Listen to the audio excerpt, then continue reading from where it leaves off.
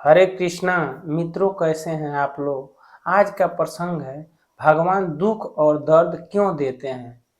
तो मित्रों, हम आपको आज साफ साफ बता देना चाहते हैं कि भगवान कभी भी दुख या दर्द किसी जीव मात्र को नहीं देते हैं। हम अपने ही कर्मों के फल स्वरूप हम फंस जाते हैं। मान लीजिए हम कोई ऐसा कर्म करते हैं जो हमें देखने में अच्छा लगता है, लेकिन वह जो है ईश्वर के देखने में या संसार के हिसाब से वह सही नहीं है। दूसरों का उसे कष्ट पहुंचता है और हमें लगता है कि वह बहुत ही अच्छा हमारा कर्म है। इसलिए जो है जो हमारे कर्मों का फल बनता है वही भाग रूप में कन्वर्ट होता है। तो हमें दुख या सुख हमारे कर्मों का फल है, इसलिए हमें दुख या दर्द जो भी मिलता है हमें महसूस होता है और हम और आप जो है ईश्वर को दोष देते हैं। आज यही प्रश्न लोगों ने किया है कि भगवान दुख और दर्द क्यों देते हैं। तो भगवान नहीं देते हैं, हमारा ही कर्म। भगवान भगवान गीता में कहते हैं, अर्जुन मैं किसी का प्रारब्ध नहीं बनाता। तो अर्जुन कहते हैं तब कौन बनाता है। सब तो यही जानते हैं कि भाग्य में नहीं है तो भाग्य ईश्वर बनाते हैं। भगवान कहते हैं यही जो है जो धारणा है यह गलत है, इसको मैं मिटाना चाहता हूं। मैं किसी का प्रारब्ध यानी भाग्य नहीं बनाता हूं। मनुष्य जो जो कर्म करता है उसके अगले जन्म में उसके हिस्से में दे दिया जाता है, या एक ही जन्म में मनुष्य जो कर्म करता है कुछ समय के बाद उसके भाग्य में जो है वही कर्म डिवाइड कर दिया जाता है। तो मित्रों, आप इसको विस्तार से समझिए कि भगवान किसी के कर्म फल में हस्तक्षेप नहीं करते हैं और ना वो किसी को दुख और सुख देते हैं। वो भगवान आपको यही बताना चाहते हैं कि आप कर्म इस हिसाब से करिए कि दूसरे को कष्ट न पहुंचे। आप जो भी कर्म करते हैं तो उसका कुछ ना कुछ फल मिलता है, अच्छे का अच्छा, बुरे का बुरा।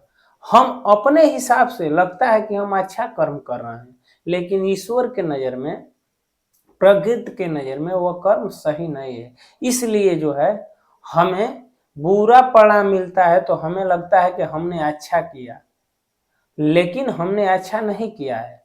हम अपने बुद्धि विवेक से हमें लगता है कि वो अच्छा है, लेकिन ईश्वर के नज़र में वो अच्छा नहीं है। इसलिए मित्रों, आपको ईश्वर से कभी शिकवा शिकायत नहीं होना चाहिए कि ईश्वर ने हमें दुख या दर्द देते हैं। हमें हमारे जीवन में दुख या दर्द अगर मिल रहा है तो उसका जिम्मेदार खुद हम हैं, क्योंकि हमने किसी के साथ अहित किया है। इसलिए जो है हमें वह दुख या दर्द मिल रहा है। आप ये कह लें या आप ये भी कह सकते हैं, आपके मन में शंका हो तो जो किए हैं तो आपको मिल रहा है, यदि आप कर रहे हैं तो आपको भविष्य में मिलेगा। ये भी ध्यान रखिए। आप प्रश्न कर सकते हैं, ठीक है कि हमने किया है तो हमको मिल रहा है, लेकिन हो सकता है कि कोई किया ना हो, अब कर रहा है, तब तो अब कर रहा है तो उसे आगे मिलेगा। इस बात को ध्यान दीजिएगा।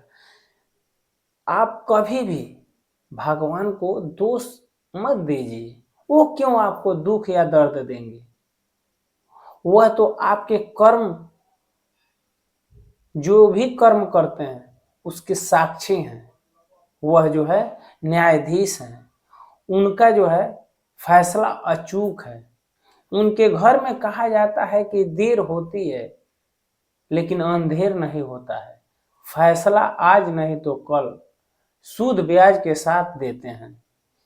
आप जो है कभी भी ईश्वर को दुख या दर्द देते हैं ऐसा मत कहिए। आप इसके जिम्मेदार खुद हैं। आपने, आपके जीवन में दुख आ रहा है या सुख आ रहा है तो आप ही के कर्मों का फल है। सुख और दुख से ईश्वर परे हैं। आप जो है इससे बचिए। अगर आपके जीवन में दुख हो रहा है तो ईश्वर का ध्यान करिए, ईश्वर का मनन करिए, ईश्वर से प्रार्थना करिए कि यह हमारे जीवन में जो दुख आ रहा है आप हमें साहस दीजिए, हमें शक्ति दीजिए कि हम इससे पार हो जाएं। सुख मिल रहा है तो इतना अंधे मत हो जाइए कि कुछ गलत कर्म होने लगे। तो मित्रों, उम्मीद करता हूं कि यह वीडियो अच्छा लगा होगा। अच्छा लगा होगा तो कमेंट में जरूर बताइएगा। आपका जो शंका था कि ईश्वर दुख देते हैं, तो ये आपने जाना कि ईश्वर दुख नहीं देते हैं, हमारे ही कर्मों का फल है जो हमें मिल रहा है।